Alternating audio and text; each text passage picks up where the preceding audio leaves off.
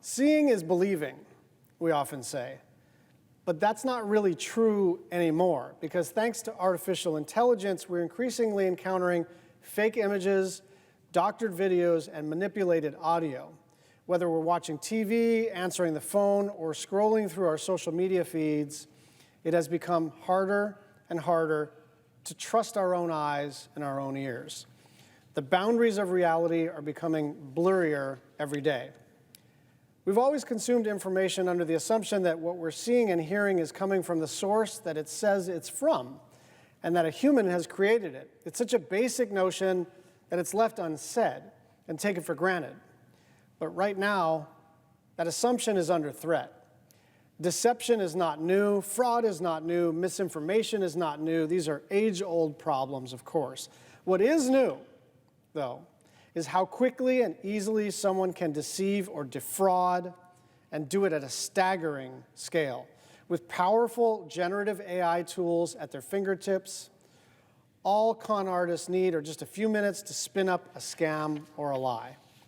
Doctored images falsely claiming that there was an explosion at the Pentagon. Fake advertisements using the likenesses of celebrities like Tom Hanks to peddle products. Phone calls that replicate the voice of family members purporting to be kidnapped and needing money. Manipulated audio clips of elected officials saying things they did not say. These are just some of the examples of misuse we've already seen. This is not a parade of horribles about the future of AI. These are things that already happened.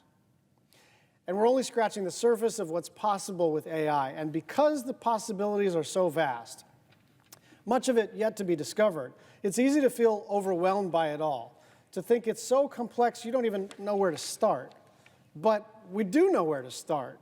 This issue of distinguishing whether content is made by a human or made by a machine actually has a very straightforward solution. Content made by AI should be clearly labeled as such so that people know what they're looking at. That's exactly what the Bipartisan AI Labeling Act that Senator Kennedy and I introduced calls for. It puts the onus where it belongs on the companies and not the consumers. Very straightforward. Because people shouldn't have to double and triple check or parse through thick lines of code to find out whether something was made by AI. It should be right there in the open, clearly marked with a label. Labels will help people to be informed. They'll also help companies using AI build trust in their content. We have a crisis of trust in our information sources, in large part due to polarization and misinformation. But if the current situation seems bad, without guardrails, the coming onslaught of AI-generated content will make the problem much, much worse. Misinformation will multiply, scams will skyrocket. Labels are an important antidote to these problems in the age of AI.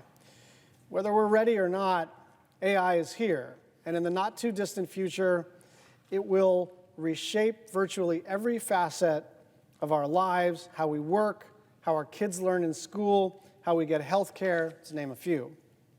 So to wait to take action, or worse, to do nothing at all, is not a good option. We've seen that movie before with foreign interference in our elections, with medical misinformation that claimed so many lives, with data breaches that left Americans exposed and vulnerable. This moment requires us to get serious about legislating proactively, not belatedly reacting to the latest innovation. Yes, Congress has a lot more to learn about AI, both opportunities and threats. And yes, there's no simple answer or single solution for a very, very complex challenge and set of opportunities. But there's one thing we know to be true right now. People deserve to know if the content they're encountering was made by a human or not. This isn't a radical new idea, it is common sense.